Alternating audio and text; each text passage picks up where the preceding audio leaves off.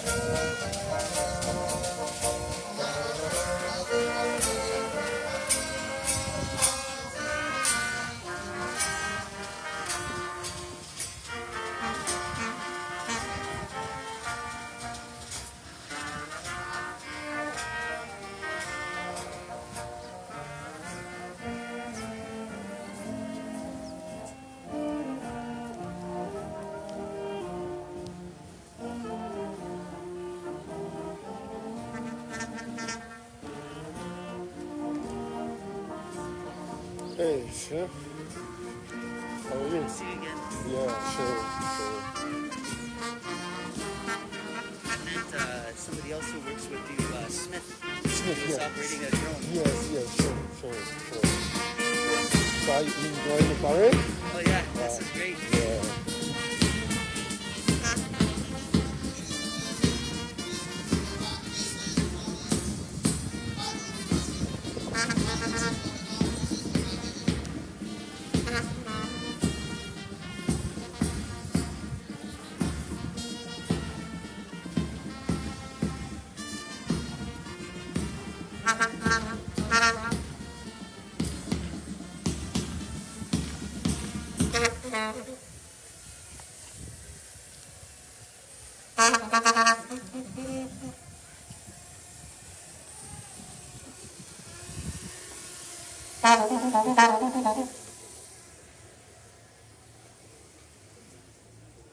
Please be seated. Distinguished ladies and gentlemen, at this time we call on the protocol officer of the Republic of Liberia.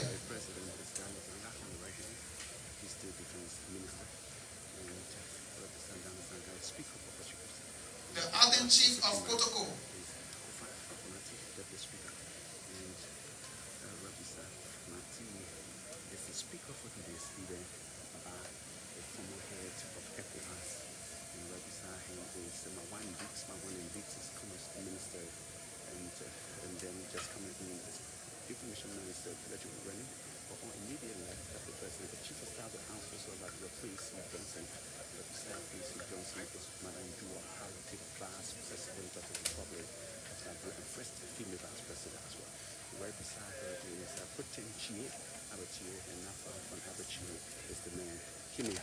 Your Excellency, Dr. Mannah Weah, President of the Republic of Liberia and Commander-in-Chief of the Armed Forces of Liberia, Honorable Dr. Howard Tiller, Vice President of the Republic of Liberia, Mr. Speaker, Mr. President Pro Tem, members of the Cabinet, distinguished ladies and gentlemen, it is my pleasing duty to introduce His Excellency Ambassador Babatunde Ajosomo, the guest speaker for this occasion. Thank you.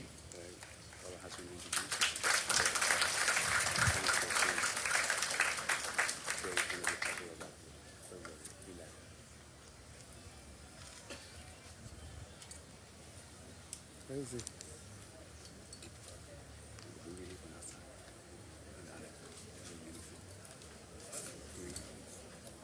No, that's not him. Babatune?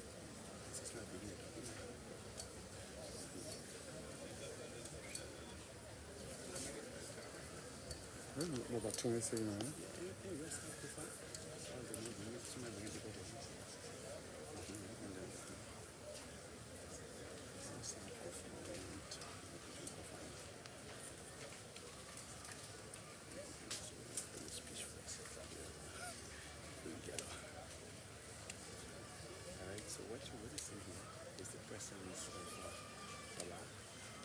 Babatunde. Babatunde. Yes, Babatunde is the guest speaker for today's meeting. Your Excellency, No, Babatunde was Dr. the, the former President of the Republic of Liberia, and the seconded to Commander-in-Chief Liberia. of the Armed Forces of Liberia. Yeah, but he a till wow expired. He just echo left in recent BC. period. So he was selected by Her Excellency, the president because of his good Madam Vice relationship President with Liberia and President of the Senate, to make him the guest speaker Yeah, of today's program. is Mr. Speaker and members of the House of Representatives, Mr. President pro tempore and members of the Senate, Your Honor, the Chief Justice, Associate Justices of the Supreme Court and members of the Judiciary, the Dean and members of the Cabinet and other government officials here present, the Doyen, Excellencies and distinguished colleagues and members of the diplomatic corps and consular officials, the resident coordinator of the United Nations, and head of the UN mission in Liberia, and other heads of international organizations, the Chief of Staff, and the gallant men and women of the armed forces of Liberia, the Inspector General of Police and other heads of security agencies in Liberia, former officials of government, traditional leaders, chiefs and elders, political and business leaders, religious leaders, labor and trade union leaders, civil society organizations, members of the Fourth Estate, special guests, including Major General Paul Roger, the Adjutant General Tag of the Michigan National Guard. Distinguished ladies and gentlemen, I am indeed honored and humbled to be invited to this auspicious occasion of the 65th Armed Forces Day celebration of the Republic of Liberia. I'm also nostalgic and elated to have been selected to deliver this year's Armed Forces Day keynote address to this distinguished audience. Having served in Liberia for 7 years, from 2013 to 2020, in a previous capacity as a special representative of the President of ECOWAS Commission in Liberia, and now serving as a facilitator to the renowned Swiss-based international non-governmental organization known as Center for Humanitarian Dialogue to Liberia. I consider my new appointment and the invitation to this special national event as a true homecoming. Let me therefore use this opportunity to reiterate that I enjoyed my stay in Liberia and I'm very happy to be back. Yeah, it's good to have him back. He was a very good man. Yeah, very good. Liberia's rich cultural heritage and tradition, as well as the hospitality and receptiveness of the good people of Liberia, continue to endear me to this beautiful country. I thank the Honorable Minister of National Defense, Major General Retired Daniel D. Siankan Jr., for considering me worthy of this invitation. I am indeed grateful. Your Excellencies, distinguished ladies and gentlemen, let me begin with a special tribute to the courageous men and women of the armed forces of Liberia, in whose honor we are gathered here today, to celebrate and appreciate for their sacrifices, contributions, patriotism, gallantry, and spirit of volunteerism. Not forgetting the Liberian National Police, the National Immigration Service, Drug Enforcement Agency, the Fire Service, and all paramilitary service, men and women, for their contribution to Liberia's security. It was the famed World War II hero, General Patton, who made the aptly reflective observation, and I quote, "It is better to fight for something in life than to die for nothing."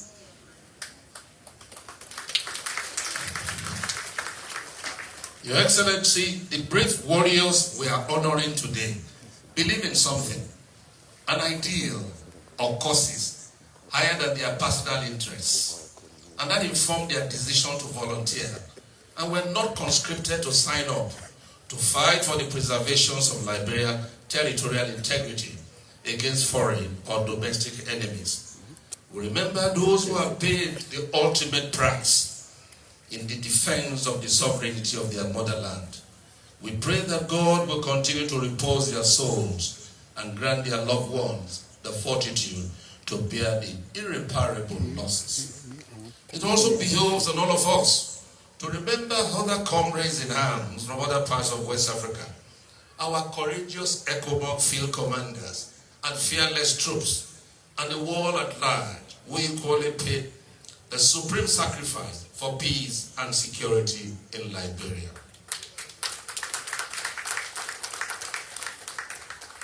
They lived and died in solidarity, and today we are happy that their sacrifices have not been in vain. This is evident in the quantum of peace we enjoy in Liberia today. For the avoidance of doubt and leveraging on my experience across the length and breadth of Africa, I make bold to state that Liberia is one of the most peaceful countries in Africa today.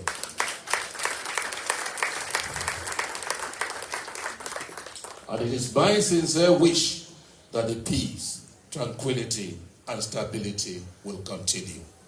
Your Excellencies, the task of the military in any society is not easy, and is often considered as the highest calling of any profession. Where others fail to go, the military often succeeds in laying down their lives to achieve national dreams and prosperity. This Armed Forces Day celebration, therefore, presents us with another unique opportunity to celebrate the men and women in uniform, as well as channel a greater cause for the Armed Forces of Liberia. We honor the loyalty and love of country displayed by serving and retired officers and men of the Armed Forces of Liberia and other security agencies in ensuring a safe and secure Liberia despite the challenges. In retrospect, and having witnessed the UN missions in Liberia humble while in operations, through its drawdown and closure, I celebrate today for the renascent. I celebrate Liberia today for the renascent democracy. I also celebrate the Armed Forces of Liberia for their courage and determination in ensuring the security of lives and property in Liberia since the closure of unmanned operations. The challenges of new armed forces and security agencies the world over are enormous, ranging from manpower shortage to infrastructural deficiencies, equipment inadequacies, capacity building and coordination issues, and intelligence gathering, to mention but a few.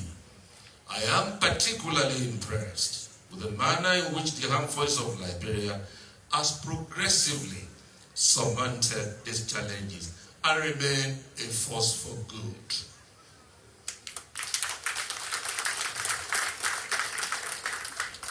I therefore commend the leadership of the Armed Forces of Liberia, especially the indigenous chiefs of staff, the incumbent Minister of National Defense, Major General retired Daniel D. Sianke Jr., and the current Chief of Staff, Major General Prince Charles Johnson III, for their exemplary leadership. I salute your prowess. Let me also acknowledge the contributions of international partners in the development and the capacity of strengthening the Armed Forces of Liberia. In this regard, I would like to mention a few countries, such as the United States, United Kingdom, France, China, Nigeria, Ghana, and Sierra Leone, while also acknowledging the significant contributions of the then UN mission in Liberia, UNMIL, the ECOWAS Military Advisory Military Training Team, and the Office for Security Cooperation of the U.S. Embassy in Liberia. Let me further acknowledge the Michigan National Guard for their tremendous support to the AFL under the State Partnership Program. Your Excellencies, Mr. President, distinguished ladies and gentlemen, the Honorable Minister's letter to me was quite explicit, conveying the theme of the Armed Forces Day and the topic for the symposium. The theme is interagency cooperation as the panacea for contemporary security challenges, with enhancing the security of Liberia through a comprehensive approach as the topic for the symposium. I cherish the term comprehensive approach, and I will later dwell on it. My first priority will be to establish the nexus between the topic and the theme, and I will do that shortly. The concept of national security has long been widened beyond physical and infrastructural security, through military action or kinetic forces, as military scholars would like to describe it. What has now evolved is the paradigm of human security.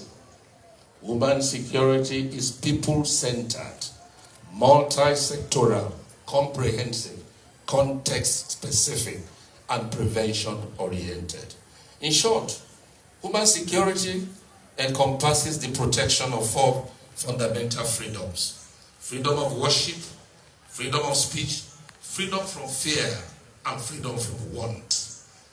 To achieve a comprehensive approach to security, therefore, a nation must have to develop the mechanism and culture of understanding the concept of security, first and foremost, and be ready to share ideas and collaborate. Collaboration will have to be both vertical and horizontal. Vertical between the nation and international organizations like the ECOWAS, African Union, and United Nations in the Liberia. And horizontally between nations like Liberia currently does within the Mannah River Union. Additionally, there must be collaboration and cooperation among all stakeholders. These are the government institutions, security agencies, and development partners. Ensuring a synergy of effort is where interagency cooperation becomes key to addressing contemporary security challenges. Over time, security has occupied the center stage in all human endeavors. The impact of globalization has also escalated the dynamics of security threats confronting nations. Liberia, like every other nation, is equally with various security challenges emanating from both external and internal threats. The country is equally affected by the effects of the global health pandemic that has affected several developmental programs. This prevailing global security environment, characterized by uncertainty, imposes enormous responsibility on governments to use all instruments of national power in ensuring the nation's peace and security.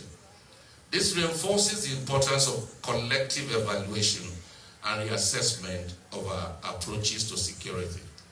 The theme for this year, Armed Forces Day celebration, interagency cooperation as a panacea for contemporary security challenges, is therefore designed not only towards meeting the security needs of Liberia, but also in sync with global approach to security. Permit me to quote from R.D. Lawrence of the National Defense University, Washington, who said, and I quote, "The modern battlefields, contemporary challenges, have assumed more dangerous dimensions than ever, with increasing sophistication in weaponry. The strategic tasks to be carried out by the forces demand certain military and civil capabilities, which no one service or agencies is self-sufficient to undertake." End of quote. In essence, therefore, no single agency can claim to have monopoly over the wherewithal to address the challenges of the present security landscape. Liberian history, for instance, presents a ready example. The effect of its prolonged civil war from 1989 to 2003 were only reversed by a multi-sectoral remedial approach. Liberia has fundamentally achieved peace due to the resilience of all the relevant agencies in one way or the other.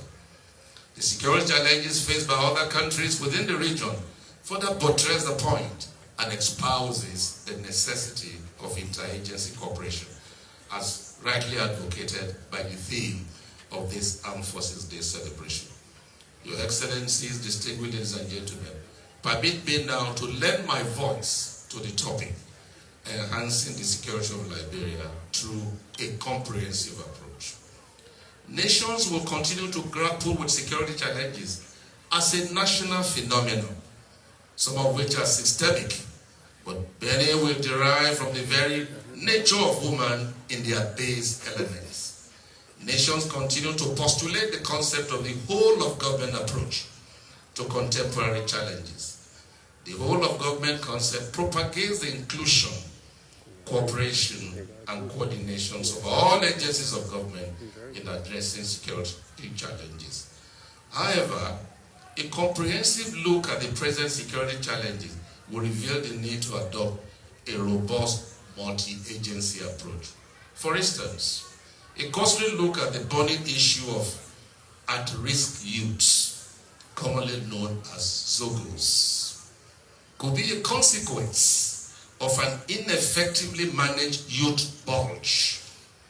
However, the youth bulge challenge presents an opportunity for us to harness demographic dividends from what looks like a serious problem.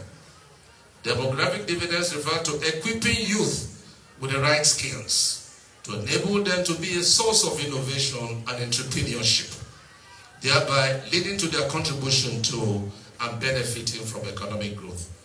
On the other hand, youth bulge can equally become a demographic disaster, posing a threat to national security and stability if job opportunities are limited or if the youth lack the skills and knowledge to take advantage of economic opportunities. I must add that uneducated or poorly educated youth who are unemployed suffer from the freedom of want and can therefore form a recruitment pool for organized crime, drug abuse, armed robbery, kidnapping, and terrorism. I therefore commend and urge for immediate implementation the Ministry of Youth and Sports, the One UN System at-Risk Youth Employment Program, which is principally aimed at the rehabilitations of disadvantaged youths of this country. Government alone cannot solve all the problems. Therefore, the lasting solutions to the Zogos and other social, economic, political, and security problems will require a comprehensive approach that cuts across all sectors with the aim of tackling the root causes. Excellencies, distinguished ladies and gentlemen, the question now is, what constitutes the comprehensive approach or whole government approach to security? By definition, the whole of government approach refers to the joint activities performed by diverse ministries, public administrations, and public agencies to provide a common solution to particular problems or issues. The whole of government comprehensive model involves public service agencies working across their mandate to achieve a shared goal and an integrated government response to particular issues. The approach focuses on policy development, program management, and service delivery, and can as well be broadly applied or highly specific and targeted. The approach could also involve formal and informal entities working in shared sense of responsibility for targeted solutions. The rationale behind this comprehensive approach is to ensure delivery of holistic responses to policy issues, particularly the problems that transcend single agency mandates, which the military often call wicked problems. The comprehensive approach facilitates the provisions of administrative solutions to the problem and enhances execution, while reducing duplications across agencies. Most of the security issues, among other contemporary challenges, have underlying root causes that are beyond the training or capacities of the security agencies. It will therefore be foolhardy trying to unilaterally solve the problem of society. In terms of the national security of Liberia, effort must therefore be sustained to ensure that all agencies of government work in unison in solving identified problems. Liberia faces multifaceted challenges, and the national security system today allows little flexibility and agility to address these ever-changing national threats. The goal should be to achieve a common national government culture that facilitates a shared vision in solving contemporary problems. Furthermore, a lack of interagency coordination and cooperation will force various agencies and departments to focus on their objectives and goals, thereby derailing national objectives. However, with today's challenges, the demand for interagency collaboration has grown, and it has been identified as a necessity to achieve an adequate level of national security for the nation. Excellencies, distinguished ladies and gentlemen, The national security architecture will also need to operate as a system rather than a collection of separate components. The whole of government approach to planning, programming, and budgeting national security is a concept that will establish a unified effort between intergovernmental agencies to maximize all available resources in a collaborative effort. Similarly, addressing new security challenges will be less about an objective of the dominance of one agency of government over the other, about predicting, preventing, and managing disruptions, such as the proliferations of harms, internal security crimes, global contagions, and natural disasters, all of which have ripple effects on the collective well-being of a nation. Following the above recommendation for a comprehensive whole-of-government mindset to enhancing Liberian security, I will proceed to explain how it works. Unfortunately, there is no one-size-fits-all solution. Nor is there a default civil or military-centric response in the whole-of-government strategy. The primary objective of a comprehensive approach is to achieve multi-dimensional and system-wide outcomes in national and interagency operations. The mindset will be that when a new national security strategy is developed, or when an existing one is refined, it will have considered all entities, parties, parameters, and role in that strategy. However, certain systemic considerations are required to ensure that this comprehensive approach is allowed to thrive. Practically, if we are to enhance security through a comprehensive approach, a few national security criteria are hereby. And allow me to list them. 1. Unifying policies and institutional framework. 2. Comprehensive approach to security. There will be the need to devise policies and institutional documents that outline guidelines for the conduct and structures of all government agencies. One not trying to reinvent the wheel, as I believe several policies and strategies already exist. Additional unifying policies will be necessary to integrate across government capability, expertise, resources, and structures.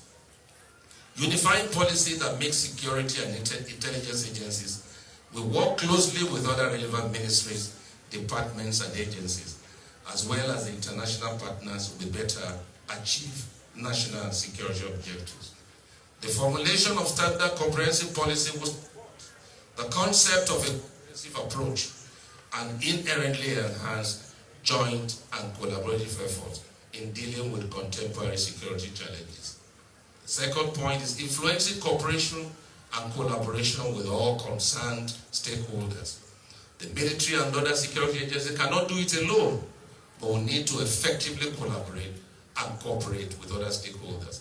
These stakeholders range from the judiciary, the legislative, civil society organizations, and the ordinary citizens. A comprehensive approach will only be successful when all stakeholders work in a synergistic environment with the security agencies. Effective collaboration with foreign agencies will also have a multiplier effect on any comprehensive security effort. It is on record, for instance, that the linkages between several organized crimes have an international dimension, which is only often tracked using the financial system and other intelligence strategies. Thus, all agencies will play a pivotal role in the entire comprehensive network. The third point is establishing a coordinated information sharing network. A key tool for enhancing security is the establishment of an intelligence sharing network that facilitates coordination among agencies. They should be aimed at having a free flow of intelligence network between all agencies. It should be the priority of all spheres of government, as well as agencies and the private sectors.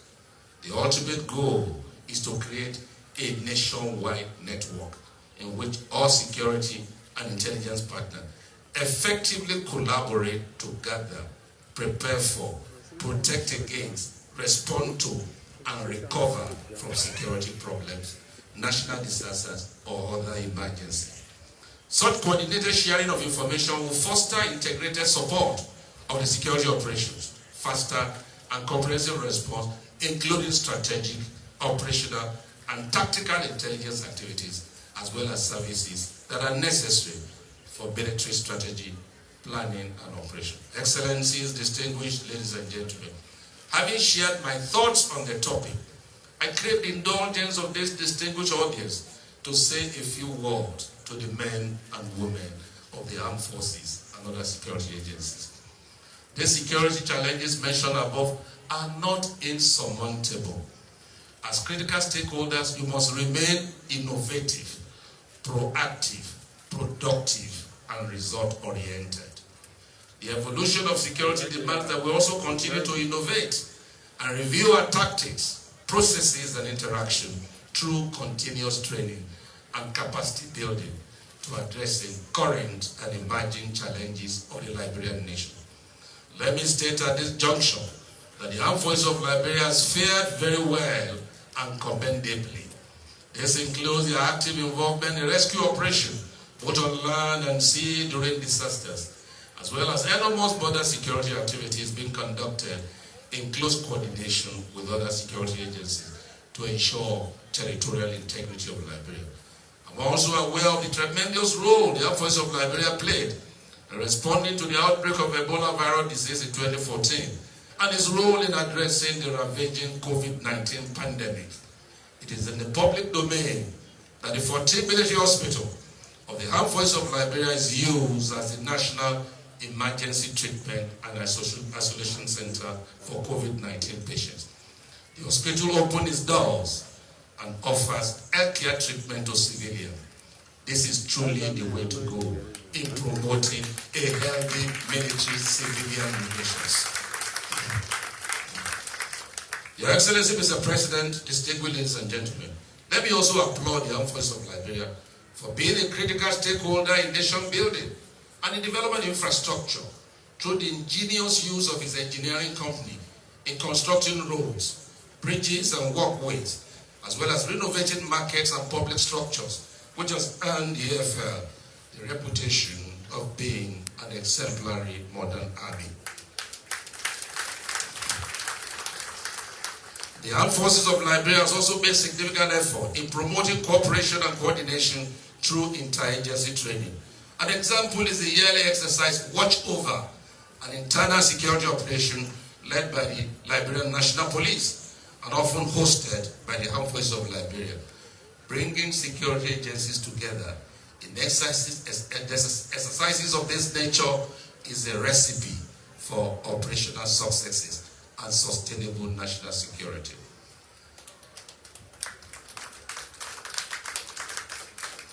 In the international arena as well, the Armed Forces of Liberia has continued to soar very high as a force for good, not only for the Liberian people, but also in the service to the world at large.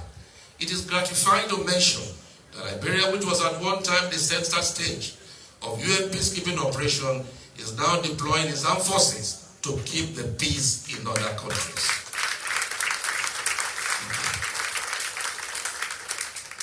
This is highlighting the participation of Armed Forces of Liberia contingent in MINUSMA in Mali, as well as other personnel serving in staff capacities in Sudan and South Sudan, among others. It is also heartwarming that the Armed Forces of Liberia's contingent in Mali has won several commendations and accolades from the United Nations for achieving exemplary feats. This is highly commendable and indeed an achievement that the whole country should be proud of. Your Excellency, distinguished ladies and gentlemen, I remember vividly when the Honorable Minister of National Defense, Major General retired Daniel Yankan Jr., who previously served as the Chief of Staff and also served as the Chairman of the Committee of ECOWAS Chief of Defense Staff from 2016 to 2017. It was during its tenure that ECOWAS troops intervened in the political crisis in the Gambia. His legacy lives on, as evident by the prevailing peace in the Gambia today. Furthermore, the Armed Forces of Liberia maintains cordial relations with the armed forces of the neighboring nations of Guinea, Cote d'Ivoire, and Sierra Leone. Equally noteworthy is the participation of the Armed Forces of Liberia in regional training exercises like exercise Obange Express and other foreign-based exercises. These achievements are commendable. and might not have come without adult effort or purposeful leadership and political support. His tenure also saw the training of many young Liberian officers at the Nigerian military academies as part of capacity development of the AFL. Your Excellencies, distinguished guests, ladies and gentlemen, let me now sensitize this august audience to the importance of interagency cooperation between the armed forces of Liberia and stakeholders. This year, 2022, precedes 2023, which will be critical in terms of preparation for Liberia 2023 general elections. Electoral violence and malpractices have been identified as a bane of democracy in Africa. Election has become a major trigger or driver of unrest and political instability, including the toppling of elected governments through military coups. Apart from the weaknesses of democratic institutions in Africa, the electoral system is also fragile and subject to ceaseless attacks by the political class.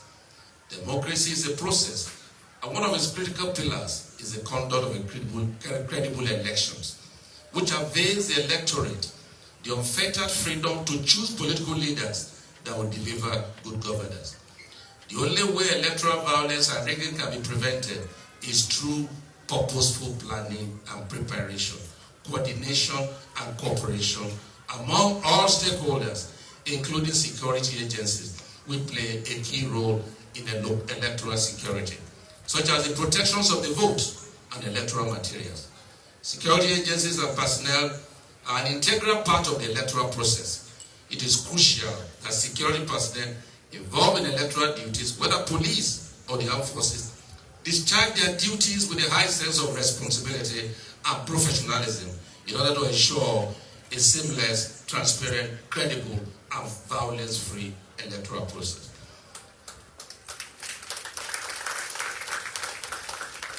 Your Excellency, Mr. President, distinguished ladies and gentlemen, experience from the recent senatorial by-elections in some counties in Liberia could be indicative of an evolving trend, and therefore underscores the need to prepare adequately towards averting untoward consequences during the forthcoming general elections. If electoral violence must be prevented, response to crisis must be prompt and proactive. The only way to ensure timeliness is through interagency cooperation, mutual trust, and understanding of each other's capabilities and roles, as well as speedy deployment, among others.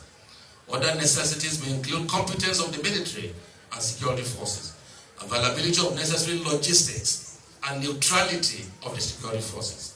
Some ECOWAS member states have established interagency consultative committee on election security as a deliberative platform for consultation, coordination, and harmonization of election security in their countries. The committee works closely with the election management bodies and serves as an advisory organ for the efficient management and effective deployment of personnel and resources to ensure peaceful and violence-free election. Excellencies, distinguished ladies and gentlemen, election is a vector or a fundamental right that pollinates the enjoyment of two cardinal human rights, the right to vote and the right to be voted for. In the spirit of mutual and reinforcing collaboration, the Armed Forces of Liberia has a role to play alongside other security agencies in Liberia to ensure that Liberians enjoy their human rights relating to and in the context of elections, including right to freedom from discrimination, right to freedom of expression, right to freedom of opinion, right to freedom of peaceful assembly, right to freedom of association, right to freedom of movement, freedom from fear and intimidation, among others' rights. Consequently, it is imperative that every security agency in Liberia, including the Armed Forces of Liberia, should collaborate with the Electoral Commission and support a human right-based electoral climate that will further consolidate peace and development in the country.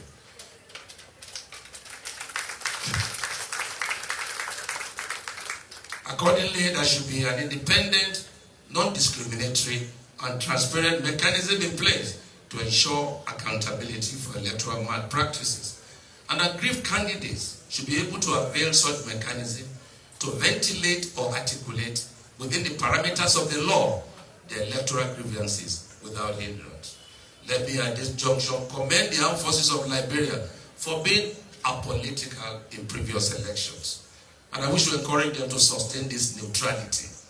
The military and other security forces must continue to be extremely apolitical in order to create a conducive environment for a transparent electoral process. Political stability is a priority of every nation, including older democracy like the United States of America, which the Republic of Liberia and Africa as a whole hold in high esteem. America is a reference point today because of the stability and continuity of its democracy, in spite of the challenges that confronted its recent presidential elections, which illustrates that democracy, as I mentioned earlier, is a process and not a destination.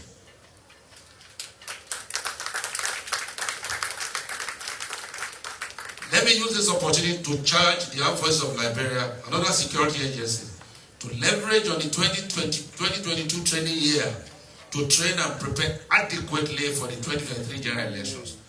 Members of the armed forces must be familiar with the do's and don'ts of rules of engagement during the elections and consolidate on their cooperation with the Liberian National Police, Liberian Immigration Service, Liberian Drug Enforcement Agencies, Liberian National Fire Service, National Security Agency, and other security agencies in Liberia.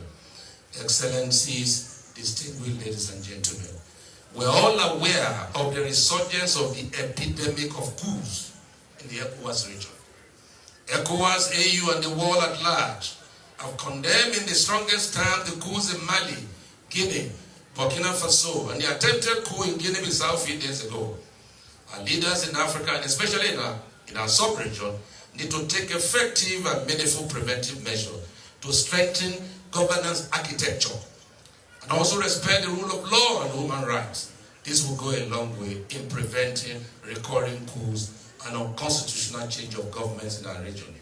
I might add that in view of the alarming surge of military coups in our region and its destabilizing effect on democracy and development, ECOWAS and the AU need to urgently revisit the use of effective implementation of the mechanisms that earn our regional organizations international claims on conflict prevention, management and resolution, including in countries such as Liberia, Sierra Leone, Cote d'Ivoire, and Gambia, etc. Permit me to implore the armed forces of Liberia to resist the temptation or be persuaded by enemies of the state to pursue politics through other means, such as by executing a coup d'etat, as has been seen in a few countries across the continent. Just as it was before, coups are unpopular and will be unpopular because forceful taking over power by the military anywhere is a subjugation of the popular will of the people.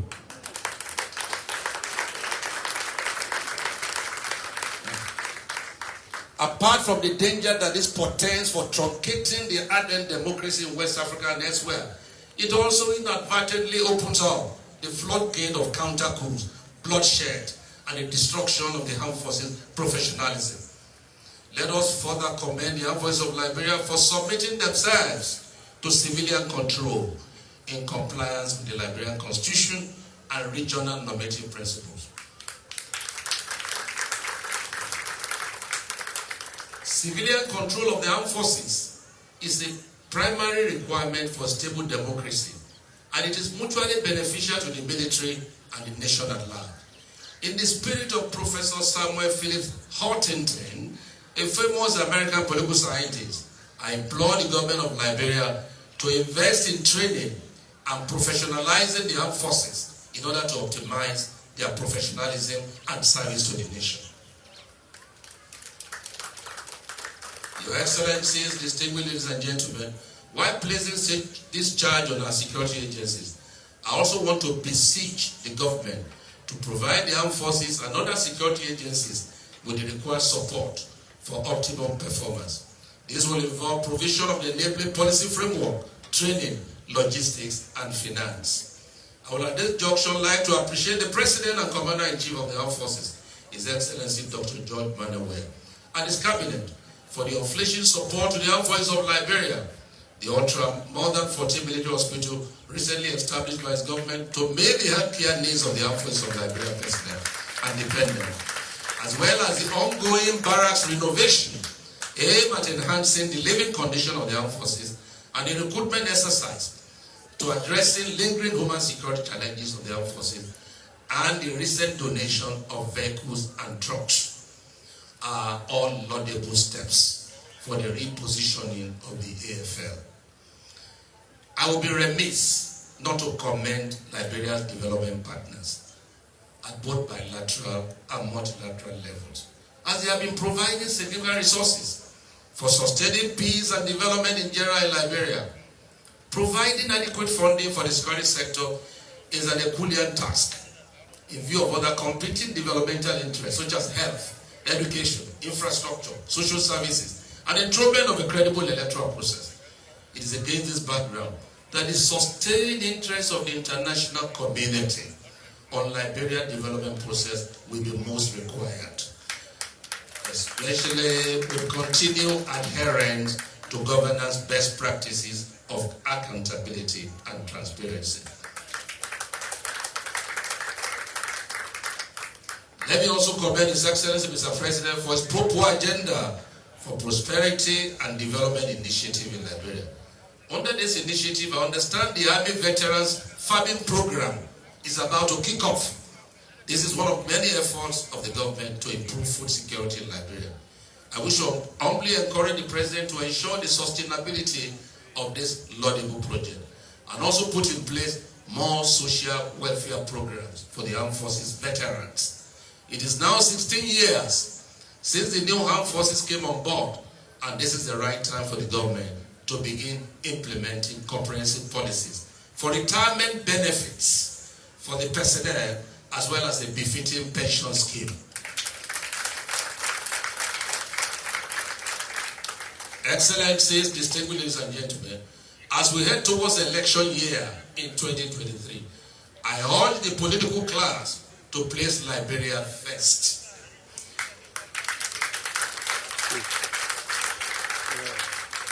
Especially by working for national and collective interests of the Liberian people instead of personal, party, ethnic, or sectional interests. The world is facing unprecedented challenges, from the coronavirus pandemic, which is crippling the global economic and financial activities. Liberia is not immune, but should turn our challenges into an opportunity to consolidate democracy and good governance. On this joyous note, I wish to appreciate His Excellency President Mannah Weah for finding me worthy again as a recipient of the prestigious National Award of the Republic of Liberia, the Distinguished Service Order, coming just a little over 1 year after I was decorated with the Knight of Grand Commander of the Liberian Women Order of African Redemption.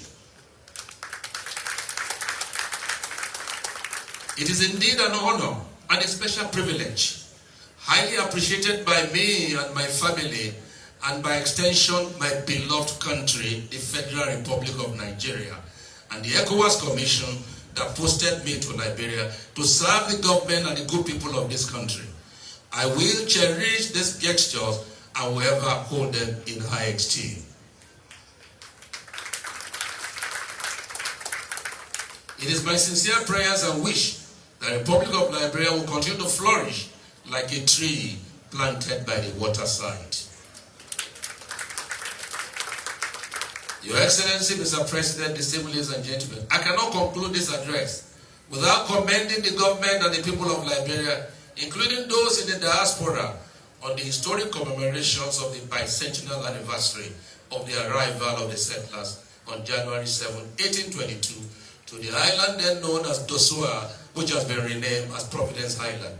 It is my prayers that this special anniversary will create opportunities for a more prosperous, united, peaceful, inclusive, and stable Liberia. In conclusion, I heartily congratulate all the officers, the rank and file of the armed forces, and the good people of Liberia for yet another successful Armed Forces Day celebration. Please permit me to once again commend the Honorable Minister of National Defense, Major General retired Dennis Yankan, Jr., and the Chief of Staff, Major General Prince Charles Johnson III, for providing necessary leadership to the armed forces of Liberia to excel. May the efforts of the men and women in uniform continue to be a shining beacon for this great nation. Long live the armed forces of Liberia. Long live the Republic of Liberia. Happy Armed Forces Day. God bless Liberia. God bless you all. Thank you all for your kind attention. Very brilliant speech by Baba Tune. Hearing long but not boring announcement about the no-voting meetings. A very great representation. Long speech, but very entertaining, exciting, awakening. Folks here feel like something happened to their soul. Everywhere. I think Baba Tune's speech, there are a lot that you can, if you're listening attentively, there are a lot that you will take from the speech. May it touch every sector of our country.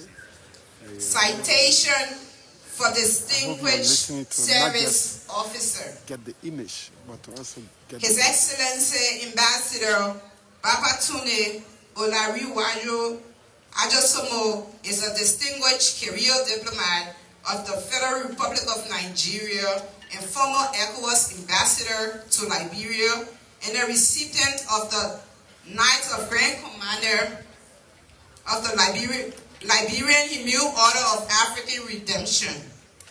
He currently served as the Humanitarian Dialogue Facilitator to the Republic of Liberia under the auspices of the Center of Humanitarian Dialogue. Ambassador Ajosomo holds a Bachelor of Arts degree in Political Science, a Master's degree in International Law and Diplomacy from the University of Lagos, and has completed several foreign and domestic courses, including certificate in multilateral diplomacy from the University of Malta, certificate in multilateral diplomacy from the University of Malta, certificate in management and strategic leadership from Auburn College, University of London, professional certificate in international relations, law and diplomacy at the Foreign Service Academy, Nigeria.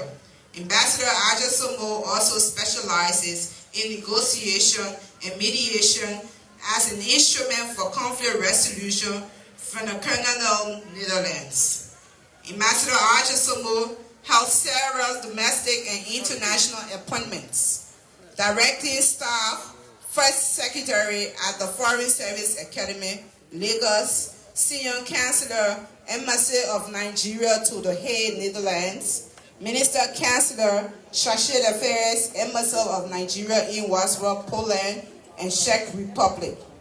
Deputy Head of Mission, Embassy of Nigeria, Bakur, Thailand, alternate permanent representative at the UN Economic and Social Commission in Asia and